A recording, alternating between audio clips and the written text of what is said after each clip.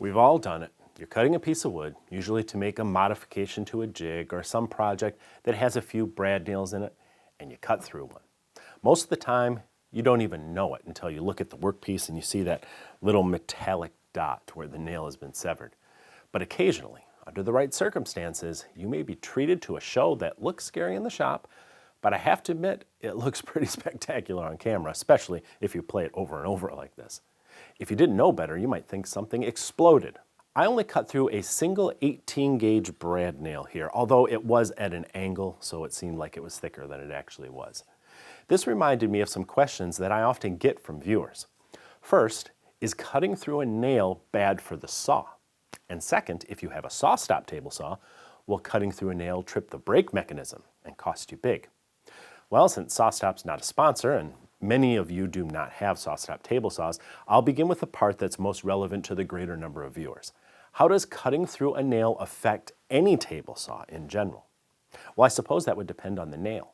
I did once cut through a larger framing nail like this one. That sucker sparked, let me tell you. And it certainly couldn't have been good for the delicate carbide teeth on my saw blade.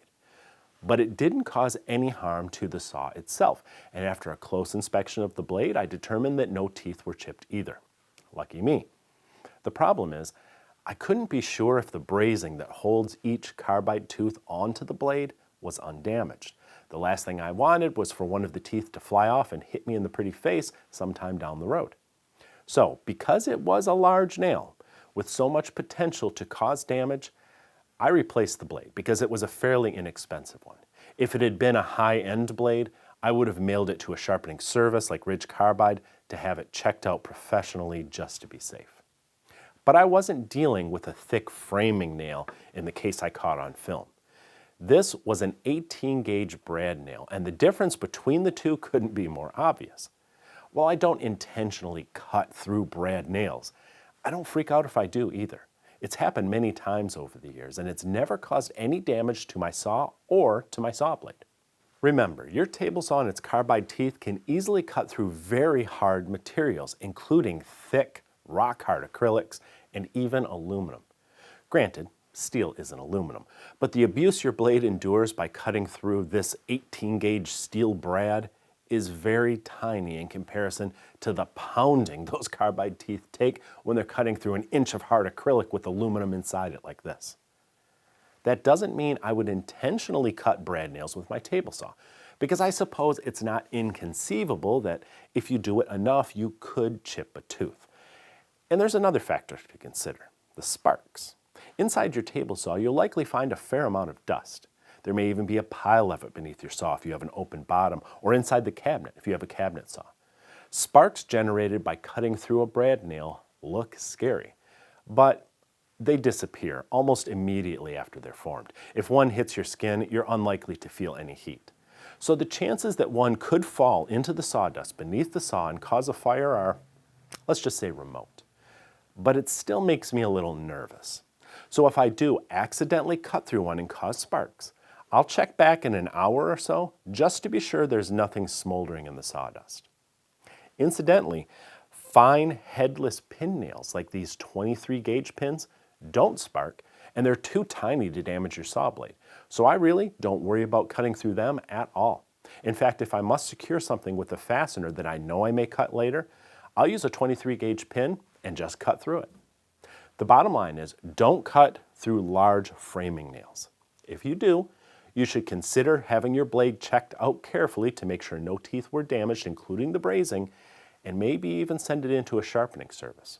Avoid cutting through the thinner 18 gauge brad nails, but don't freak out if it happens either. Just check for chipped teeth and keep an eye out for smoldering sawdust.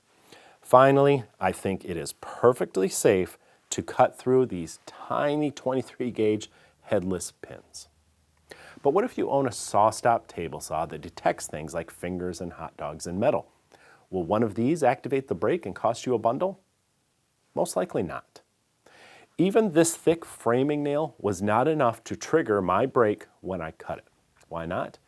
Because SawStop mechanisms work by putting a low voltage charge on the blade. It's activated by the drop in voltage when your finger touches the blade and the charge dissipates through your body. the system requires mass to dissipate that charge. A nail that's completely embedded inside the wood is not large enough to do that on its own. Even a hot dog won't trigger the system unless the demonstrator is physically touching it with his hand, giving his body as mass to trigger the system. Likewise, if you are touching the nail when you cut it, it will trigger the system. That said, I've heard a handful of accounts that claim a small nail, such as an 18-gauge brad, did trigger their system. It's my suspicion that even though they weren't touching it, the head of the nail may not have been fully embedded within the wood, and it may have been in contact with the top of the table saw. When the blade cuts into it, the saw itself gives that sufficient mass to dissipate the charge and trigger the blade.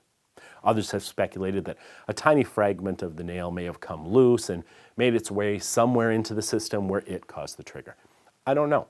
All I can say is I've unintentionally cut plenty of 18-gauge brads and sometimes intentionally cut my share of 23-gauge pins, and I've never triggered my saw. Your experience may vary. Want to see something else interesting? Check this out. This is a Koenigsegg, Sweden's finest sports car. This is a Sjöbergs, Sweden's finest workbench. There are things for people who appreciate quality and high performance, something they can pass down to their grandkids. You can't afford this, but this will cost you less than a good cabinet saw. Check out what Sjöbergs has to offer at the link below this video.